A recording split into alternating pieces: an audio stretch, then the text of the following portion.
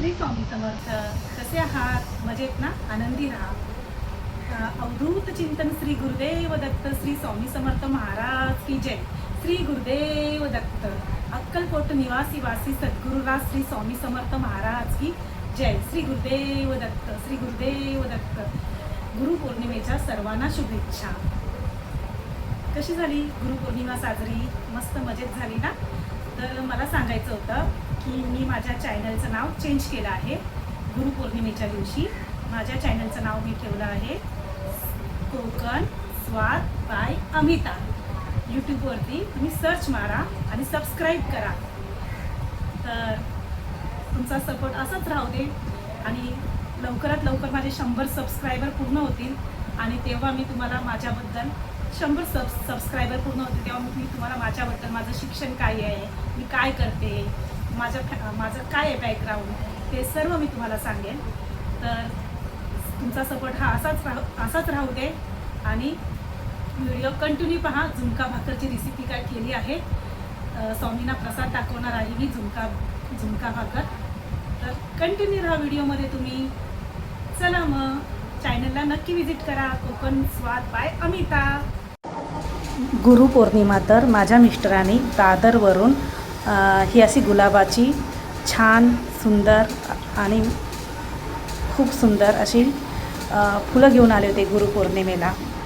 तर जेव्हा मी मॉर्निंगला पूजा करायला ही फुलं डब्यातनं बाहेर काढली तेव्हा खूप सुंदर वाटत होते. तेव्हा मी छोटासा म्हणजे फुलांचं आयुष्य किती कमी असतं ना, तरी पण किती मस्त वाटतात. ही किती आयुष्य कमी असतं. काय काय फुलं तर लगेच सुकून जातात पण दुसऱ्याला आनंद देऊन जातात. तसंच माणसाने पण राहायला पाहिजे की आनंद दुसऱ्याला दिला पाहिजे. ह्या फुलांसारखं त्यांचं किती आयुष्य कमी असतं पण किती सुगंध छान देऊन जातात हे. बरोबर ना? माणसं पण अशीच पाहिजेत ना. तर मी इथे माझ्या तुळस बघत होती. माझी प्रचंड छान सुंदर झाली आहे. खूप सुंदर वाटते माझी तुळस. मला तिच्याकडे बघतच राहूसं वाटतं. जेव्हा मी तुळशीला पाणी टाकायला येते, पाणी घालायला येते तेव्हा तिच्याकडे बघतच बसूसं वाटतं. नुसतं तिच्याकडे खिडकीत उभं राहिलं ना तरी असा सुगंध येतो त्या तुळशीचा. खूप छान वाटतं आणि पावसातनं तर खूप हिरवीगार झाली आहे.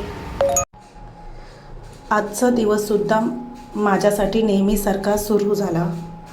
लाईफमध्ये आपल्या डे टू नाईट रुटीनमध्ये जो आपण दिवस जगत असतो त्याच्यामध्ये आपल्याला आपल्याबरोबर नेहमी काय घडेल सांगू शकत नाही. कामावरून परतलेला थकलेला नवरा आपण जे काही करतो ते खूप एफर्ट्स देतो आपल्या कुटुंबासाठी आपण चिंता करतो, केअर करतो. ती खूप महत्त्वाची असते. प्रत्येक दिवस परफेक्ट असणं गरजेचं नाही. तो दिवस आनंदाने जगता आला पाहिजे. तो दिवसच खास करून ठेवायचा. आपण आनंद देऊन जातो. साध्या क्षणामध्ये पण आनंद शोधता येतं. तर मी तुम्हाला सांगितलं होतं की झुणका भाकरीचा करणार आहे. झुणका भाकरी पण तन्मय माझा म्हणाला की मम्मा छोले खायचे, छोले भिजवलेत तर छोले कर. तर मी इथे असं कुकरला 5 ते 6 शिट्या काढून घेतल्या. रात्री भिजत घातले होते छोले.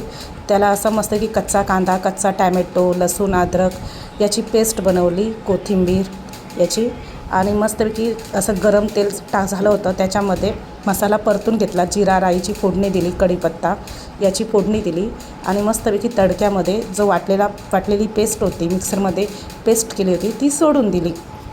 आणि मग जे छोले कुकरमधून शिट्टी काढले होते 5 ते 6 ते मस्तपैकी कढाईमध्ये सोडून दिले. आणि आम्ही कोकण साईडचे असल्याकारणाने कोकम परत आमसूल हे टाकतोच. आमचूर खट्टा मिठ्ठा स्वाद येतं भाजीला. आणि कसुरी मेथी मी कुस्करून टाकली. अशा प्रकारे मी छोलेची भाजी तयार केली. आणि मस्तपैकी इथे बघा भाजीला माझ्या मस्तपैकी तरी आली आहे. मस्तपैकी अशी मस्त छान तरी आली आहे. तर छोलेची भाजी मी अशा प्रकारे बनवली आणि तुमच्याशी मी शेअर केली. तर गुरुपौर्णिमेला मी हाच नैवेद्य दाखवणार आहे माझ्या गुरूंना, माझ्या स्वामींना. तर इथे भाजीची तयारी झाल्यावर मी भाकरी घालायला घेणार आहे. भाजीला मस्तपैकी सुगंध येत होता, वास येत होता, घमघमाट सुटलं होतं. आणि मस्तपैकी आता भाकरीचं पीठ करून घेणार आणि भाकरीचं पीठ असं मळून घेणं मस्तपैकी. त्याच्यानंतर मग भाजी तर झाली माझी. आता भाकरीची तयारी करणार.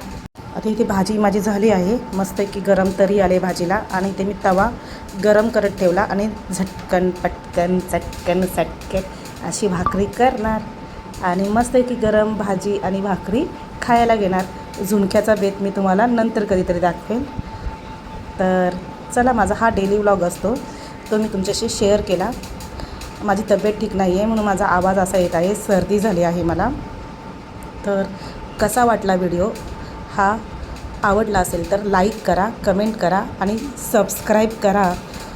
आता आपले लवकरात लवकर 100 सबस्क्रायबर पूर्ण होणार आहे. तर तुमच्या सर्वांचं थँक्यू. एक सांगायचं होतं, परफेक्ट कोणीच नसतं. 0पासून सुरुवात करा. काही येत नसेल तरी सुरुवात करा, पण करा. सुरुवात करणं हे खूप महत्त्वाचं आहे, खास करून आपल्या लेडीजसाठी. एक टाईम निघून गेल्यावर आपल्याला विचारलं जातं तू काय केलंस, मग आपल्याकडे काही उत्तर नसतं. आणि शिक्षण असेल तर असं गप्प राहू नका.